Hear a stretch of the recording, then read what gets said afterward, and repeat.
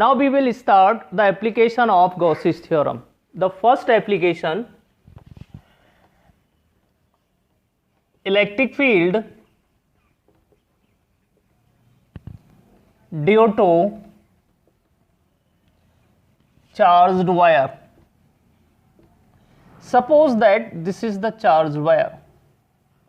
It is charged by the positive charge.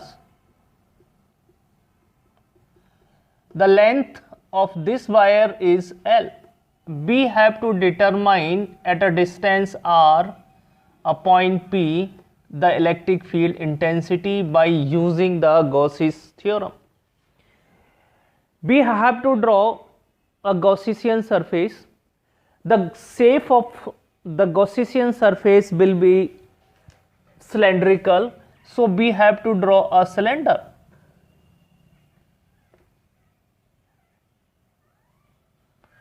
Whose radius is R.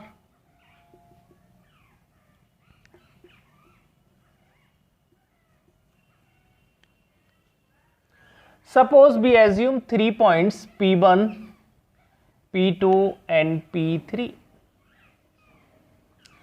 The direction of, because of this is positive charge, the direction of electric field at P1, that is away from the surface, here also away from the surface, and this direction will also be at away from the surface. Now direction of aerial vector at P1, this is perpendicular to the surface, that's why the angle between E and DS at point P1 is 90 degree. But at the point P2, the direction of DS and E both are same. The angle between them is 0. In third, that is P3, the direction of DS, which is normal to the surface, and the angle between E and DS is 90 degree. So we have to find the electric flux at point P1, P2 and P3. Suppose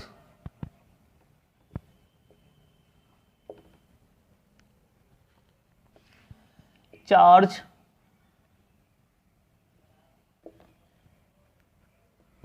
on wire L, length of wire,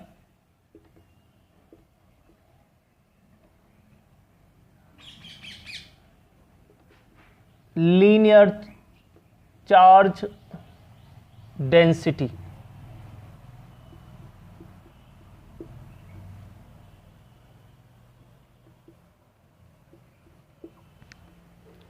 The linear charge density may be defined as when a charge is uniformly distributed along the length, then the charge per unit length is known as linear charge density.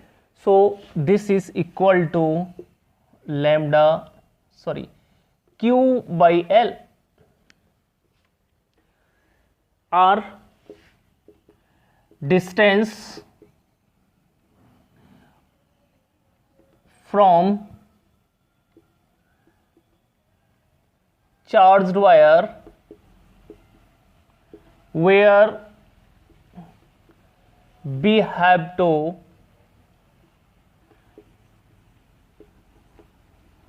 determine electric field. Now by using the Gauss's theorem at point P1, phi 1, that is surface integration E into ds. The angle between E and ds is 90 degree. We know that cos 90 is 0, that's why it will be 0. At point P2, phi 2, that is surface integration E into ds.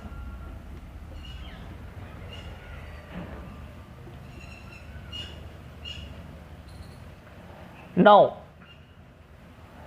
E into ds, that is q by epsilon naught. E, the surface integration ds, that is q by epsilon naught. Now E, the surface integration of ds, that will be the surface area, curved surface area of cylinder, so that it will equal to 2 pi r l q by epsilon naught. We will write E is equal to 1 upon 2 pi epsilon naught q by r into l. Since q upon l, that is lambda, so that we will write 1 upon 2 pi epsilon naught q by, in place of q we will write lambda by r. It means that E is directly proportional to 1 upon r. If we draw a graph between E and 1 upon r, it will be a straight line. If we draw a graph between E and r, it will be a curve, because E is inversely proportional to 1 upon r and E is inversely proportional to 1 upon r. Now at third point P3, phi 3, surface integration E into ds. Now the angle at P3 is also 90 degree, so that is 0. It means that we will use the electric field due to this one is E is equal to 1 upon 2 pi epsilon naught lambda upon r. Second application, electric field due to spherical cell. Suppose that this is a spherical cell whose radius is capital R. We have to find the electric field at a point P which have a distance R from the center. This point may be inside, outside and the surface. It means there will be three situations. So first situation, this is outside the surface. Suppose this is P1. Second situation at the surface, and third situation is inside the spherical cell. This is P3. So we have to find the electric field intensity at point P1, P2 and P3. So suppose Q charged on spherical cell.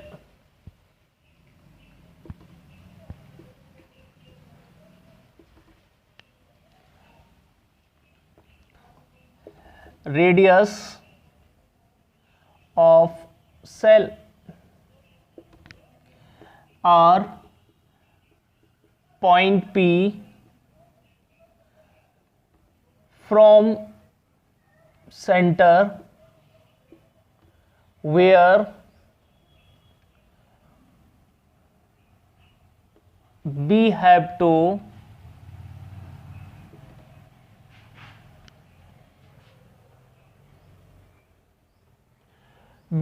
to determine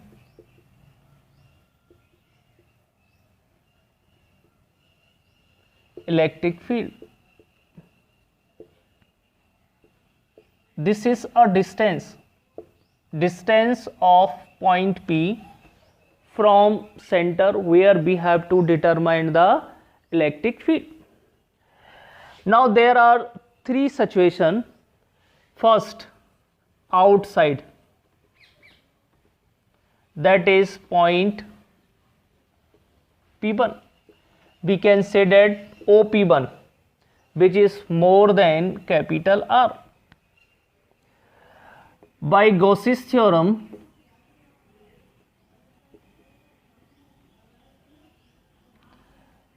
phi surface integration E into ds q by epsilon naught. Now this is E.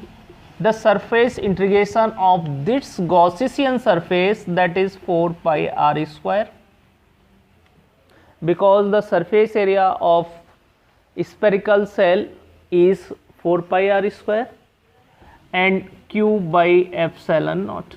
It means that E will be 1 upon 4 pi epsilon naught q by r square. The direction will be away, that is OP1. Second, at surface point P2, OP2, that is capital R, that is R. Now by again using Gauss's theorem,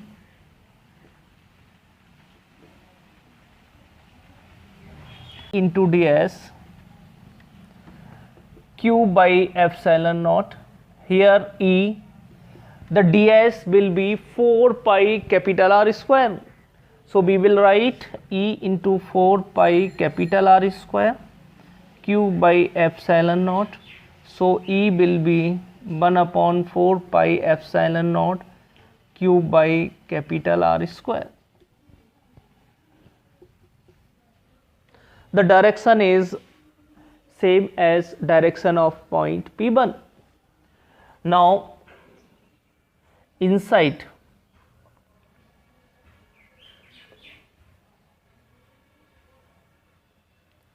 means point P3, OP3, that is less than small r.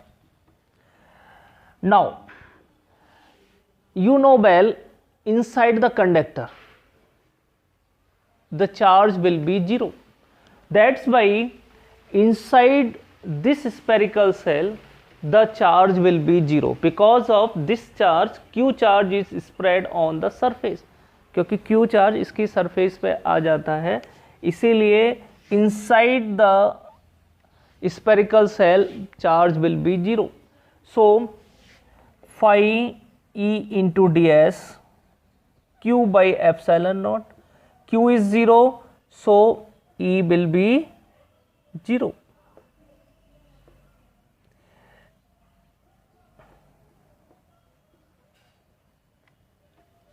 If we draw a graph, अगर आप graph खींचते हैं, this is spherical shell, the maximum at the surface, this is R, and y axis we will take E, the graph will comes like. Now the third application,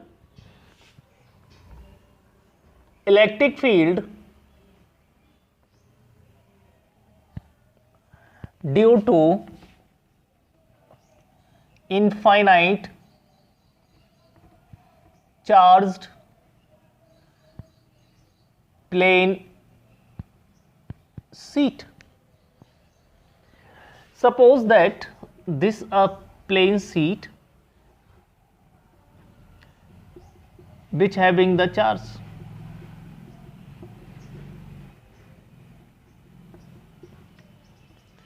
We have to determine the electric flux. We assume a surface area. Suppose this is A. The direction is always perpendicular, so that the direction is perpendicular to the surface, and the direction of electric field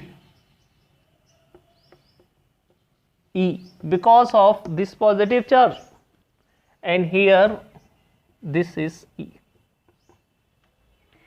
We have to find the electric field intensity due to the infinite charge sheet. Suppose surface charge density, sigma is the surface charge density, Q is charge, E electric field,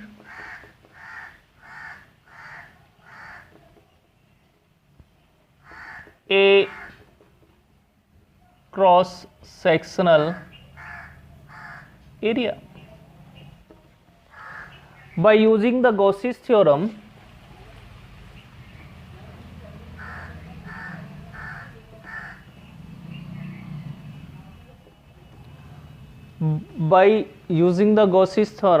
phi s E into ds q by epsilon naught.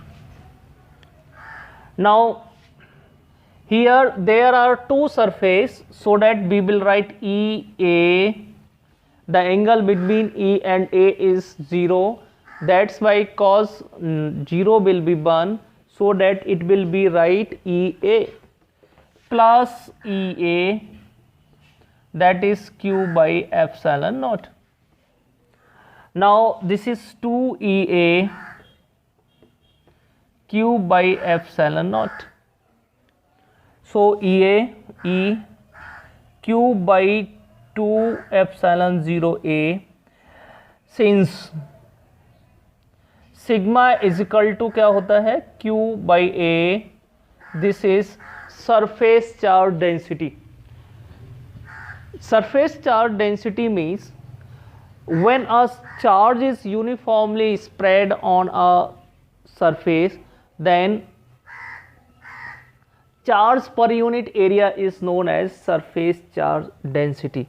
So in place of q upon A, we will write sigma upon 2 epsilon naught. In vector form, E will be sigma upon 2 epsilon naught eta, where eta is the unit vector whose direction is, where eta is unit vector whose direction is perpendicular to surface.